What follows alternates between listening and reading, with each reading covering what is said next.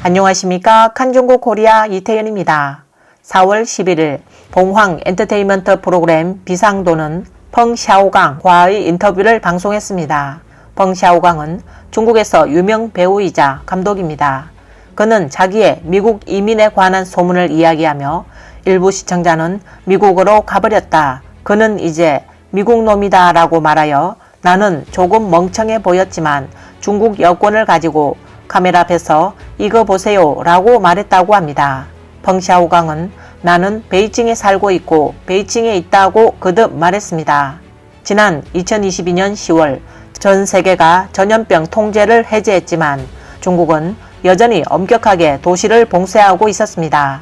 그 민감한 시기에 펑샤오강과 그의 아내 쉬판이 미국 로스앤젤레스 집 앞에서 손님을 배웅하는 영상이 소셜미디어에 퍼져나갔습니다. 그와 동시에 2200만 명의 팔로워를 보유하고 있는 펑샤오강의 웨이보 계정은 현재 콘텐츠 없음이라고 표시되면서 그의 가족이 미국으로 이민 간 것 아니냐는 추측을 불러일으켰습니다. 일찍이 언론 보도에 따르면 펑샤오강은 2014년 로스앤젤레스에 500만 달러, 한화 약 66억 원을 들여 호화 주택을 구매했으며 2018년에 또다시 600만 달러, 한화 약 80억 원에 달하는 호화 주택을 구입했다는 사실이 언론에 보도됐습니다. 네티즌들은 펑샤오강 세대는 중공에 대해 가장 잘 알고 있다.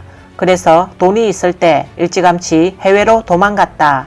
웨이보 계정 내용을 비운 것도 자신의 태도를 공개적으로 밝힌 것이다 라고 말했습니다. 처음에 펑샤오강은 미국 이민설에 아무런 반응을 보이지 않았습니다.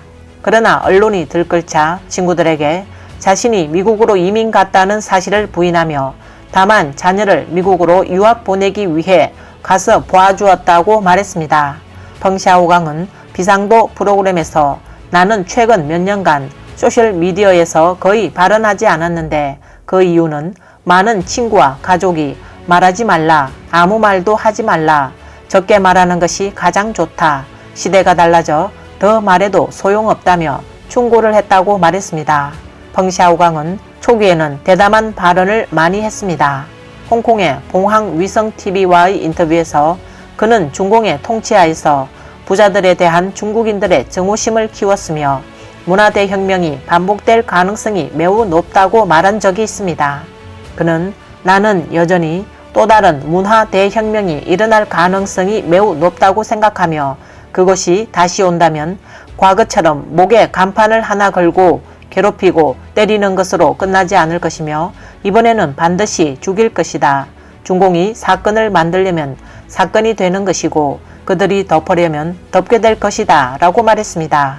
그는 주변에 있는 부유하고 유명한 사람들에게 끊임없이 미리 준비하라고 경고하고 있으며 지금은 반일이지만 앞으로는 반부자로 바뀔 것이다. 두고 보면 알 것이다. 그들은 부자들이 사는 별장 지역으로 달려가 집을 부수고 물건을 빼앗아 갈 것이다 라고 말했습니다. 2022년 12월은 중국에서 전염병이 한창이었습니다. 그해 마지막 날 펑샤오강은 양성으로 확인되었다고 합니다. 그는 위챗 친구 서클에 올린 글에서 해외에서 3개월 이상 햇볕을 쬐며 싸돌아다녔는데도 아무 일 없었는데 귀국하고 10일 만에 양성이 됐다. 다행히 지금은 완치됐다고 말했습니다. 그는 지난 한 해는 내 생애 최악의 한 해였다. 정말 불안하고 혼란스러웠으며 우울했다. 설날에도 기뻐할 수 없었다고 말했습니다. 그는 코로나19 기간 민중의 고난은 기록되어야 하며 언젠가는 2022년을 스크린에서 다시 만날 수 있을 것이라 믿는다고 말했습니다. 전염병 기간 펑샤오강 감독의 영화 1942가 많은 관심을 받았습니다. 이 영화는 1942년 허난성에서 발생한 대기근으로 수백만 명이 굶주림에 시달리다가 기근을 피해 고향을 떠나는 비극적이고 긴 여정을 다룬 소설 1942년을 원작으로 한 작품입니다. 일부 중국 네티즌은 1942년 영화와 허난성 정저우의 폭스콘 공장을 탈출해 고향으로 돌아가는 직원들의 영상을 대조하며 중국의 제로 방역 정책이 중국 전역에 비극적인 탈출을 초래했다고 비판했습니다. 펑샤오강은 인터뷰에서 1942에 대해 10년 전 개봉 당시에는 큰 주목을 받지 못했지만 전염병으로 고통받은 지 3년이 지난 지금에는 관객들이 영화의 가치를 알아보고 높은 점수를 주기 시작했다고 말했습니다. 이번 영상은 여기까지입니다. 구독과 좋아요는 격려입니다. 시청해주셔서 감사합니다.